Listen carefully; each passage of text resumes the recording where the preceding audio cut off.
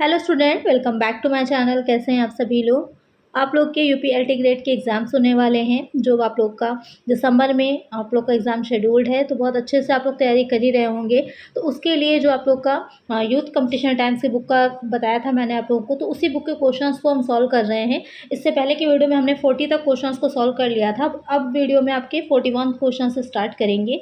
जितने भी इसमें प्रैक्टिस सेट दे रखे हो मैं आप सारे ही आप लोग को सॉल्व कराऊंगी। और जो प्रीवियस ईयर के क्वेश्चन हैं वो ऑलरेडी मैं आप लोग को सॉल्व करा चुकी हूँ। अगर नहीं देखी ये वीडियोस ज़रूर से देख लीजिएगा। अच्छे क्वेश्चन है, आपको आइडिया लगेगा कि किस पैटर्न पर किस तरह के क्वेश्चन पूछे गए हैं। तो आइए शुरू करते हैं। 41 क्वेश्चन से लेते हैं, लेकिन रेगुलर वीडियोस मिलती रहें आपको, इसके लिए चैनल को सब्सक्राइब ज़रूर से कर लीजिएगा। और ये बुक अगर आप परचेज़ करना चाहते हैं तो इंग्लिश और हिंदी दोनों में अलग अलग अवेलेबल होगी। और टैग प्रोडक्ट की लिस्ट में जाइएगा तो वहाँ पर आप, या फिर डिस्क्रिप्शन में जाके देखिएगा तो इस बुक का लिंक आपको वहाँ से मिल जाएगा। तो आइए शुरू करते हैं। फर्स्ट क्वेश्चन लेते हैं। बेचे गए माल की लागत है यहाँ पर 1,88,800 रुपये एवं बिक्री पर सकल लाभ की दर जो है वो 20% है। आपसे कह रहा है तो बिक्री की रकम कितनी होगी। 2,36,000, 2,83,200, 2,12,400, 2,26,560 रुपये। तो यहाँ पर आपको ये बता दिया है कॉस्ट ऑफ जो गुड सोल्ड होती है वो कितनी आ रही है, और हम प्रॉफिट जो मान रहे हैं वो 20% का मान रहे हैं। तो हमें सेल निकालनी है, हमको सेल कितनी होगी। और से जो आपकी प्रॉफिट ये दे रखा है वो किसके पर दे रखा है, वो सेल पर ही दे रखा है। तो बहुत इजी तरीके से है, निकल आएगा। देखते हैं कैसे निकाला जाएगा। इसको कैसे सॉल्व करना है, तो आपके सबसे पहले कॉस्ट ऑफ गुड सोल्ड लिख लीजिए, जो आपके क्वेश्चन में गिवन है। कितनी दे रखी थी, 1,88,800 दे रखी है। और उसके बाद आपका क्या बताया हुआ है, यहाँ पर एक जीरो और नहीं होगा, 1,88,800 ये हो जाएगा। उसके बाद यहाँ पर प्रॉफिट आपको बताया हुआ है, कितना दे रखा है, 25%। अब ये प्रॉफिट किस पर बताया हुआ है, ये प्रॉफिट आपको बताया हुआ है सेल पर। तो ये अगर आप कॉस्ट को 100 मान लेते हैं, कि आपने माना कि कॉस्ट जो है वो 100 हो गई और प्रॉफिट हमारा जो हो गया और 25% हो गया, तो यहाँ पर टोटल आपका कितना आ जाएगा, 125। सेल कितनी हो जाएगी हमारी, 125 हो जाएगी। अब अगर हमको यहाँ पर निकालना होगा तो इसको 1,88,800 हमने लिखा, उसके बाद अपॉन में क्या आ जाएगा, ये कितना है, ये 100% है तो 100 आ गया। यहाँ पर सेल निकालनी है तो कितना आ गया, 125 रख दिया। अब इसको पहले सॉल्व कर लीजिए। ये 4 टाइम चला गया, ये आपका 5 टाइम चला गया। और उसके बाद हम इसको डिवाइड कर लेंगे। कितना बार जाएगा, 4 टाइम जाएगा आपका, उसके बाद 7 टाइम जाएगा, उसके बाद 2 टाइम्स जाएगा। अब इसको हमें आपस में क्या करना है, मल्टीप्लाई कर लेना, आंसर हमारा निकल आएगा। 47,200 को आप 5 से मल्टीप्लाई करिएगा तो कितना आएगा, 0 से 0 आ गया, 2 बार जाएगा तो 0 ही आएगा, एक कैरी कर लीजिए। अब 36 हो जाएगा तो 6 आएगा, यहाँ पर 3 बचेगा और कितना आ जाएगा, 23 आ जाएगा। तो कितना आ जाएगा, 2,36,000। यही 2,36,000 क्या हो जाएगी, हमारी सेल हो जाएगी। तो बहुत ही ईजी सा था निकालना, बस आपको ये चीज़ कैलकुलेशन पता होनी चाहिए, या आप आसानी से सॉल्व कर ले जाएंगे। तो यहाँ पर करेक्ट आंसर क्या हो जाएगा हमारा, ऑप्शन ए हो जाएगा। जो सेल निकल करके आएगी हमारी 2,36,000 आएगी। इस क्वेश्चन में बस इंपॉर्टेंट यही था आपका, कि जो लागत दे रखी थी और जो प्रॉफिट दे रखा था, वो प्रॉफिट आपका जो है दे रखा है सेल पर, और आपको दी गई है कॉस्ट, तो हमको उसको ही निकालना था। तो बहुत ही ईजी सा क्वेश्चन है, करेक्ट आंसर ऑप्शन ए है। और इस तरह के क्वेश्चन आपको एग्जाम में ज़रूर देखने को मिलेंगे। चलिए नेक्स्ट क्वेश्चन है। एक मुख्य प्रबंधक कमीशन के बाद लाभ का 25% कमीशन प्राप्त करता है। यदि लाभ 25,000 रुपये हो तो प्रबंधक का कमीशन होगा। ये भी बहुत मोस्ट इंपॉर्टेंट क्वेश्चन है आपका, कई बार रिपीट हुआ क्वेश्चन है अलग अलग एग्जाम्स में, कि यहाँ पर आपको प्रबंधक का कमीशन बताया है कि 25% है, लेकिन वो कब प्राप्त करता है, जो उसका लाभ 25,000 रुपये है उसमें कमीशन जो होता है ऐड होगा। तो यहाँ पर इसको निकालने के लिए हम कैसे सॉल्व करेंगे, आइए देखते हैं। तो यहाँ पर मैनेजर का कमीशन निकालने के लिए हमें क्या करना है, कि आपको क्या बताया हुआ है कि 25,000 का हमारा क्या है, प्रॉफिट है। और बाद में इसके बाद निकालने के बाद का प्रॉफिट आपको वो दे रखा है। तो क्या करना है, यहाँ पर आपको जो परसेंटेज है उसको ऐड कर लेना है। 25% दे रखा था तो 100 + 25 कर लेंगे। यहाँ पर हम 125 से यहाँ पर हम डिवाइड करेंगे। 1 टाइम जाएगा, 1 टाइम जाएगा, उसके बाद 5 टाइम जाएगा। यहाँ पर करिएगा तो 5 टाइम चला जाएगा। एक आंसर हमारे कितना आ जाएगा, 5,000। तो कमीशन कितना आएगा मैनेजर का, 5,000 आएगा। ये बहुत ईजी से क्वेश्चन होते हैं, इसी तरह से निकालना होता है। क्या यहाँ पर 5,000 हमारा मैनेजर का कमीशन निकल आएगा। तो यहाँ पर करेक्ट आंसर क्या आ जाएगा हमारा, 5,000 आ जाएगा। तो इस तरह के क्वेश्चंस में आपको ये ध्यान देना है कि जो कमीशन है वो बाद लिखा हुआ है या हाँ पहले लिखा हुआ है, क्योंकि उसी के अकॉर्डिंग हमको वहाँ पर जो परसेंटेज होती है उसको ऐड करना है या नहीं करना, उसको ध्यान में रखिएगा। करेक्ट आंसर हमारा ऑप्शन बी हो जाएगा। नेक्स्ट क्वेश्चन है, रिक्तीकरण डिप्लेशन शब्द का प्रयोग किस तरह की संपत्ति के लिए किया जाता है? स्थिर परिसंपत्तियों के संबंध में, विनाशशील परिसंपत्तियों के संबंध में, चालू या फिर अमूर्त परिसंपत्तियों के संबंध में। तो रिक्तीकरण या डिप्लेशन जो होता है उसका यूज़ हम किस टाइप के एसेट्स के लिए करते हैं? तो यहाँ पर वो जो विनाशशील होती हैं, जैसे कि खदानें होती हैं जहाँ पर से कोयला निकाला जाता है, कोयले की खदान है, तो वहाँ पर अगर डिप्रिसिएशन हमें चार्ज करना हो, निकालना हो कि अब कितना बचा है, तो वहाँ पर हम इसका ही यूज़ करेंगे। जो जैसे जैसे आप उसमें से यूज़ करते जाएंगे वैसे वैसे क्या होता है, उनका जो भंडार होगा वो कम होता चला जाएगा। सेम वैसे ही जो तेल के कुएँ होते हैं उसके लिए भी लागू होता है। तो उस टाइप की संपत्तियाँ जो होती हैं वो आपकी विनाशकारी संपत्तियाँ कहलाती हैं। इसको इंग्लिश में वेस्टिंग एसेट बोला जाता है। तो एक आंसर हमारा ऑप्शन बी होगा। चलिए नेक्स्ट क्वेश्चन है, वार्षिक वृत्ति एन्युटी विधि में जो ब्याज निकाला जाता है, इंटरेस्ट निकाला जाता है, वो परिसंपत्ति एसेट को डेबिट किया जाता है, परिसंपत्ति को क्रेडिट किया जाता है, ए और बी दोनों होगा या फिर इनमें से कोई नहीं। तो यहाँ पर जो एन्युटी मेथड से इंटरेस्ट निकाला जाता है उसमें हम किस तरह से दिखाएंगे? तो वहाँ पर हम एसेट को डेबिट करते हैं। इसकी अगर कहें कि जर्नल एंट्री क्या होती है, तो asset account debit to interest account हो जाती है। करेक्ट आंसर हमारा ऑप्शन ए हो जाएगा। नेक्स्ट है, वार्षिकी विधि, वार्षिकी वृत्ति एन्युटी विधि के अंतर्गत मूल ह्रास की रकम है प्रत्येक वर्ष के लिए निश्चित या फिर स्थिर होती है, प्रतिवर्ष वृद्धि हो जाती है यानी बढ़ जाती है, गिरावट आ जाती है, या फिर उतार चढ़ाव होता रहता है यानी कभी कम कभी ज़्यादा। तो ऐसे सिचुएशन में ये जो मेथड आपका एन्युटी मेथड है, इसमें जो डिप्रिसिएशन चार्ज किया जाता है उसकी जो आपकी रकम होती है प्रत्येक वर्ष निश्चित होती है या फिर कहें स्थिर होती है, उसमें चेंजेस नहीं होते। करेक्ट आंसर हमारा ऑप्शन ए हो जाएगा। चलिए नेक्स्ट क्वेश्चन है, निम्नलिखित परिसंपत्तियों में से कौन सी संपत्ति पर बहुधा मूल्यह्रास नहीं लगाया जाता? यानी कि कौन सी एसेट ऐसी जिस पर कि आप डिप्रिसिएशन चार्ज नहीं करते? लैंड है, बिल्डिंग है, प्लांट है या फिर फर्नीचर? तो बहुत ही सिंपल सा क्वेश्चन है, किस पर नहीं लगाया जाता? तो जो लैंड होती है, भूमि होती है, उस पर क्या होता है, ह्रास नहीं लगता, क्योंकि भले ही उसकी जो उपजाऊ शक्ति होती है वो कम ज़्यादा हो सकती है। ज़्यादा क्या, अगर आप बाहरी चीज़ों का, रसायनों का उपयोग करेंगे, यूज़ करेंगे तो कम तो बढ़ जाएगी, लेकिन वैसे देखा जाए तो क्या होता है, कम ही होती चली जाती है, घटती ही चली जाती है। लेकिन उसे हम डिप्रिसिएशन में नहीं लाते, क्योंकि जितनी आपके पास भूमि है ओवरऑल आपकी भूमि उतनी ही रहनी है, उसमें कोई कम ज़्यादा नहीं होगा, इसलिए यहाँ पर उस पर डिप्रिसिएशन चार्ज नहीं किया जाएगा।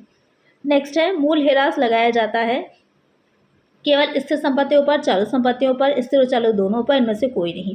तो जो डिप्रिसिएशन आपका चार्ज किया जाता है वो मेनली किस तरह के एसेट पर किया जाता है? जो आपकी फिक्स्ड एसेट होती है सिर्फ उन पर किया जाता है। जो इंटैंगिबल एसेट होती हैं जैसे कि पेटेंट है, ट्रेडमार्क है, आपने देखा होगा इनकम टैक्स आपने पढ़ी होगी, तो वहाँ पर उस पर भी लगाया जाता है डिप्रिसिएशन।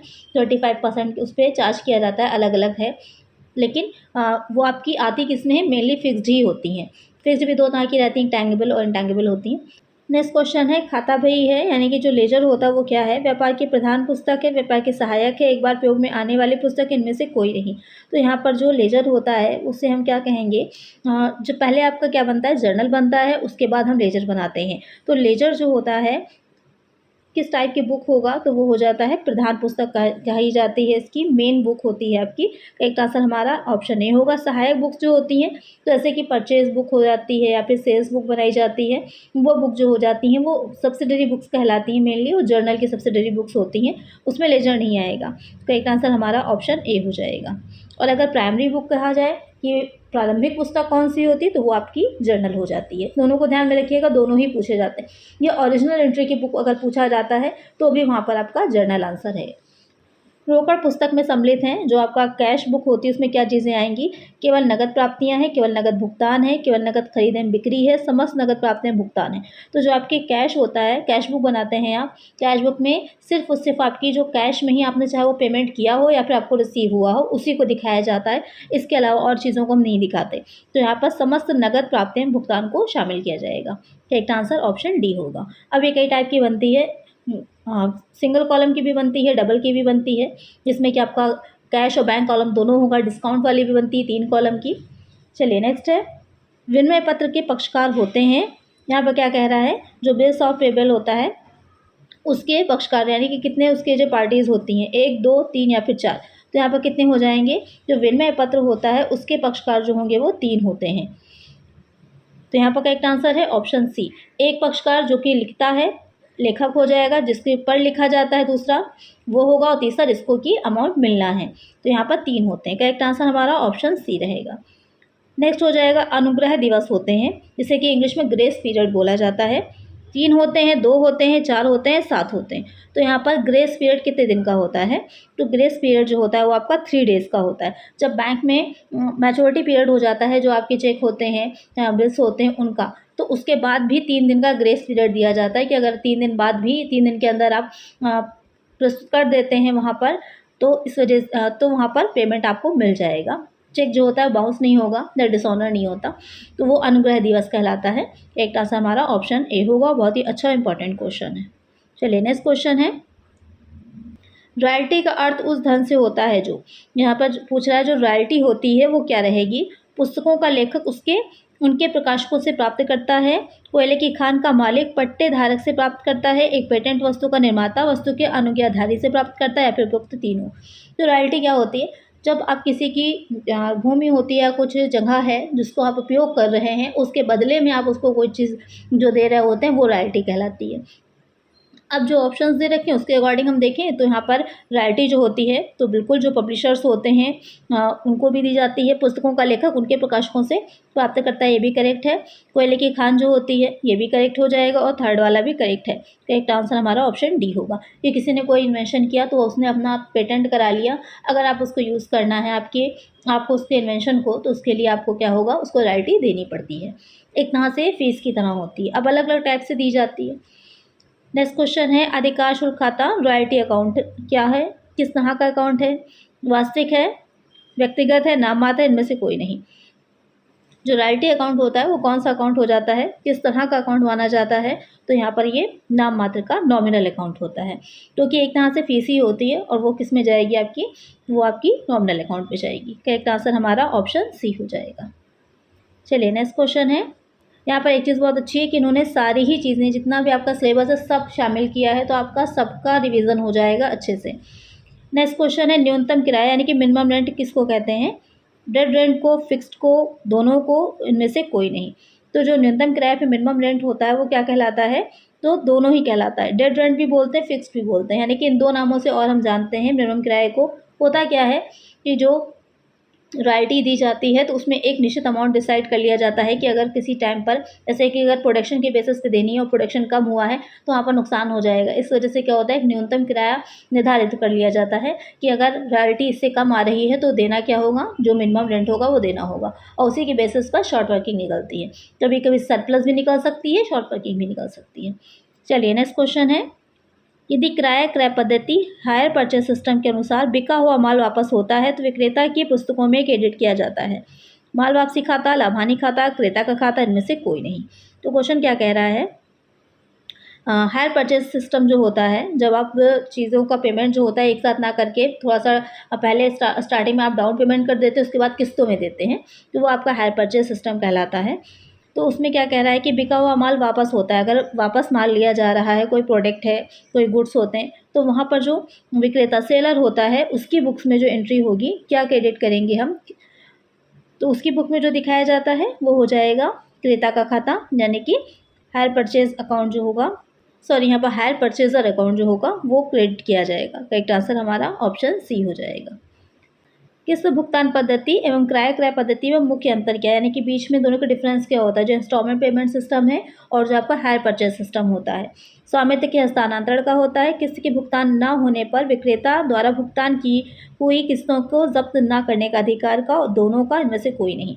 तो जो किस्त भुगतान पद्धति होती है और जो क्रय पद्धति है उसमें मेनली डिफरेंस क्या होता है ये आपसे पूछा है, तो ये दोनों ही डिफरेंस होते हैं। जो ओनरशिप होती है किस्त भुगतान पद्धति में क्या होता है, जैसे ही पहले इंस्टॉलमेंट दी जाती है वैसे ही ओनरशिप जो होती है वो ट्रांसफ़र हो जाती है। और जो क्रय पद्धति में है, जब तक कि लास्ट तक, ये उधार की तरह समझ लीजिए इस पद्धति को, जब तक कि आखिरी किस्त तक का भुगतान नहीं हो जाता तब तक ओनरशिप जो होती है वो वेंडर के पास रहती है।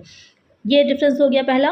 और दूसरा है कि किस्त के भुगतान न होने पर विक्रेता द्वारा भुगतान की हुई किस्तों को जब्त न करने का अधिकार, ये वाला भी डिफरेंस होता है दोनों में।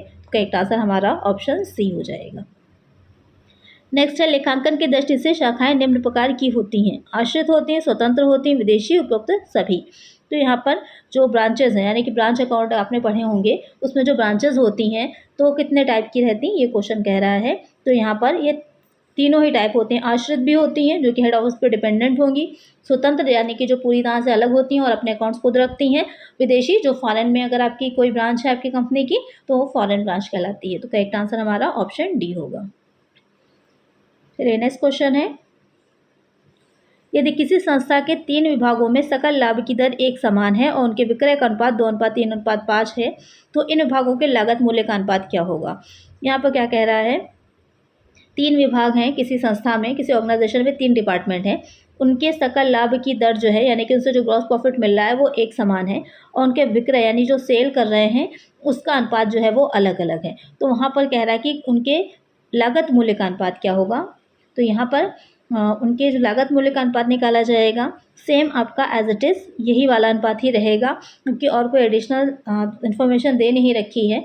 तो उसके बेसिस पर हमारा जो रेशियो रहेगा उसको हम यही वाला रेशियो मानेंगे। करेक्ट आंसर हमारा ऑप्शन है क्योंकि कुछ भी और एडिशनल दे नहीं रखी, ना ही यहाँ पर ये कुछ दे रखा था कि इनमें से कोई नहीं, तो आपका सेम यही अनुपात ही करेक्ट आंसर रहेगा हमारा। नेक्स्ट है सांख्यिकीय अनुमानों एवं संभावनाओं का विज्ञान है, कथन किसका है। ये बहुत इंपॉर्टेंट डिफिनेशन है, बहुत बार पूछी जाती है। वेब्स्टर का है, बाउले का है, बॉडिंगटन का है, सेलिंगमैन का है। तो ये किसका कथन है, तो ये कथन हो जाएगा बॉडिंगटन का। करेक्ट आंसर हमारा ऑप्शन सी हो जाएगा। नेक्स्ट क्वेश्चन है सांख्यिकी शब्द के जन्मदाता हैं, ये भी बहुत इंपॉर्टेंट क्वेश्चन है, बहुत बार रिपीट होता है। मार्शल है, गाल्टन है, गॉटफ्राइड ऑकिनवाल है, बाउले हैं। तो सांख्यिकी शब्द के जो जन्मदाता हैं वो किसे माना जाता है, गॉटफ्राइड ऑकिनवाल को माना जाता है। बहुत ही अच्छा क्वेश्चन है, इसको भी जरूर से याद रखिएगा। करेक्ट आंसर ऑप्शन सी होगा। नेक्स्ट क्वेश्चन है सांख्यिकी शब्द का अर्थ लिया जाता है बहुवचन में, एक वचन बहुवचन दोनों में, इनमें से कोई नहीं। तो सांख्यिकी शब्द का अर्थ जो होता है वो एक वचन और बहुवचन दोनों में ही लिया जाता है और दोनों की डिफिनेशंस भी अलग अलग दे रखी हैं। करेक्ट आंसर हमारा ऑप्शन सी वाला हो जाएगा। सांख्यिकी को उचित रूप से माध्यमों का विज्ञान कहा जाता है, एक कथन है, ये भी डिफिनेशन बहुत इंपॉर्टेंट है, इसको कहीं अलग से नोट कर लीजिएगा।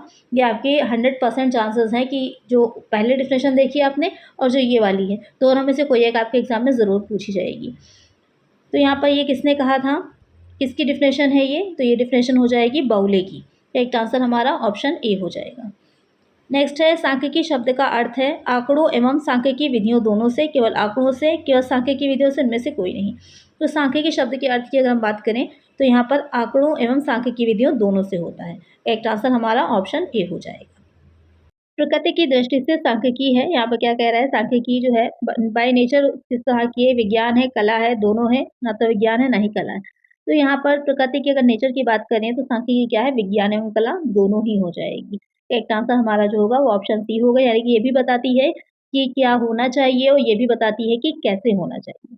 नेक्स्ट है, ये भी आपकी एक डिफिनेशन ही दे रखी है, सांख्यिकी को अनुसंधान का एक महत्वपूर्ण यंत्र समझना चाहिए लेकिन इसकी कुछ सीमाएं भी हैं जिन पर काबू पाना संभव नहीं है और इसी कारण हमें सावधानी रखनी चाहिए, कथन किसका है। बहुत अच्छी डिफिनेशन है, इसको भी इंपॉर्टेंट है, नोट करना चाहें तो आप कर सकते हैं। और ये बुक अगर आप परचेज करना चाहें तो टैग कोडेड की लिस्ट से जाकर के परचेज कर लीजिएगा, आपको मिल जाएगी, हिंदी इंग्लिश दोनों में अवेलेबल है। न्यूज़ होम, टिपेट, थॉम्स्टन काउंटेन, रॉबर्ट्स ने। तो यहाँ पर ये जो स्टेटमेंट दिया था वो किसने दिया था, वो न्यूज़ होम ने दिया था। तो एक आंसर हमारा ऑप्शन ए हो जाएगा। नेक्स्ट क्वेश्चन है सांख्यिकी विधियों के विकास में सबसे अधिक योगदान रहा है अर्थशास्त्र का, वैज्ञानिक का, गणित का, व्यवसायिक का। तो सांख्यिकी विधियां जो हैं उनके विकास में, जो मेथड्स होते हैं उनके विकास में किसका सबसे ज़्यादा योगदान रहा है, ये क्वेश्चन कह रहा है। तो इसमें गणित का, सांख्यिकी जो है बिना गणित के, इसीलिए गणित का विज्ञान ही कहलाती है। बिना जो है गणित के आप सांख्यिकी को यूज़ नहीं कर सकते क्योंकि आपको सांख्यिकी विधियों के लिए नंबर्स चाहिए, आंकड़े चाहिए और आंकड़े कहाँ से मिलते हैं, गणित से ही मिलते हैं। इसलिए क्या है, इसके बिना इसका योगदान या विकास नहीं हो सकता। तो एक आंसर ऑप्शन सी रहेगा। नेक्स्ट है सांख्यिकी अनुसंधान में सर्वप्रथम किया जाता है तथ्यों का संग्रहण, अनुसंधान का आयोजन, संपादन, विश्लेषण। तो सांख्यिकी अनुसंधान में आप सबसे पहले क्या करते हैं, तो सबसे पहले जो किया जाता है जब भी हम इन्वेस्टिगेशन करने जा रहे हैं स्टैटिस्टिक्स में या किसी भी तरह का, तो सबसे पहले तो अनुसंधान का आयोजन किया जाएगा। तो उसमें सबसे पहले समस्या को समझते हैं कि समस्या परिभाषित की जाती है, फिर आंकड़ों को एकत्रित किया जाता है, वो सारा एक अलग हो जाता है। सबसे पहले हम अनुसंधान का आयोजन करते हैं। एक आंसर हमारा ऑप्शन बी रहेगा।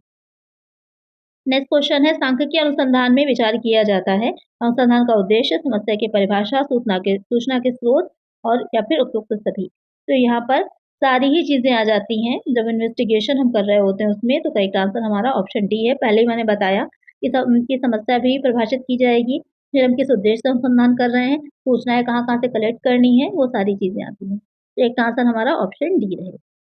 नेक्स्ट है, वाणिज्यिक बैंक की मांग जमाओं में सम्मिलित होता है चालू खाता, बचत खाता, सावधि खाता या फिर ए और बी दोनों। तो यहाँ पर जो कॉमर्शियल बैंक्स होते हैं उनकी मांग जमाओं की बात की जा रही है, उसमें किस तरह का अकाउंट आते हैं। तो यहाँ पर ए और बी दोनों आ जाएंगे, यानी कि चालू भी आता है और बचत खाता भी आता है। एक आंसर हमारा क्या हो जाएगा, ऑप्शन डी वाला होगा, जिसमें कि ए और बी दोनों शामिल हो जाएंगे। चलिए नेक्स्ट क्वेश्चन है, और अगर हम बात करें सावधि जमा की, तो यहाँ पर ये क्या होता है, इसमें एक लिमिटेड टाइम के लिए डिपॉजिट आप करते हैं। रिजर्व बैंक द्वारा अपनाया गया सबसे प्रभावी साख नियंत्रण का उपाय कौन सा है?